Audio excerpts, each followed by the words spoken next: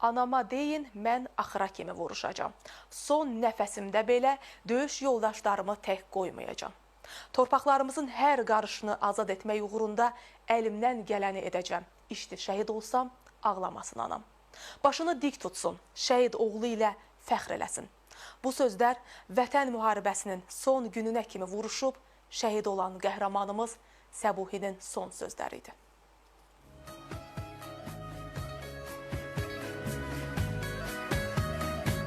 18 yaşlı Səbuhi Həsənquliyev, tarix yazan igidlərimizdən biri.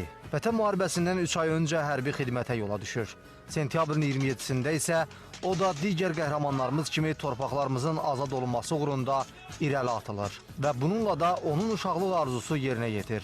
Çünki Səbuhinin ən böyük arzusu olub Qarabağ uğrunda vuruşmaq. Vətənə can atan idi, vətənpərvər idi. Bir də vətəni canından çox istəyən uşaq. Vətən yolunda şey deyib, döyüşüb ki, torpaqları alıb. Torpaqları belə Qarabağ azad edir. Nə körpəli idi. İstədən onun arzusu idi ki, yəni bütün torpaqları işğaldan azad edir. Hər həftə zəng eləyirdi. Ata, ana yaxşı. Nə rahat olmuyor, əla. Və beləcə Səbuhi öz arzusuna çatmaq üçün döyüş yoldaşları ilə birgə torpaqlarımızı qarış-qarış düşməndən təmizləyərək Şuşa istiqamətində irəliləyirdi. Və 44 gün dayanmadan vuruşan qəhrəmanımızın sonuncu döyüşü də Şuşada olur. Noyabr ayının 11-də isə ailəsinə onun şəhid olduğu xəbəri gəlir. Amma o şəhid olmazdan öncə fürsət taparaq anası ilə sağollaşmağı da unutmayıb. Yarım saat da çıxacaq Şuşaya. Sevinə-sevinə danışır ki, ana, televizora baxın, Qubadlıya qonaq çağıracam sizi, Füzuliyə qonaq çağıracam, Cəbrailə, Ağdama. Mənə dedi ki, ana, heç vaxt ağlama, başını dik tut, nə olur olsun, heç vaxt ağlama. Mən bax, ona görə bu günlərim indi özümü belə həm qürurluyam, həm də özümü möhkəm tutmuşam ki, onun bu arzusudur. Və lazım gəlsə, mənim bir oğlum da var, bir evladım da var. Lazım gəlsə, o evladım da gedib qulluq eləyər vətən yolunda. Vətən bizim anamızdır, yurdumuzdur.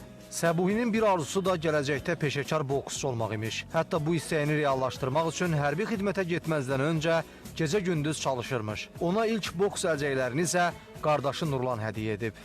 Mənim olub əlcəklərim. Qardaşım çünki məndən 4 yaş fərqimiz var idi. Mən məşqə getdiyim müddətdə bunlarla ancaq vuruşub eləmişəm də. Qardaşıma vermişdim bu əlcəklərimi. Olur ki, iki qardaş qarşı-qarşıya çıxasınız, bir gücünüzü çox olurdu.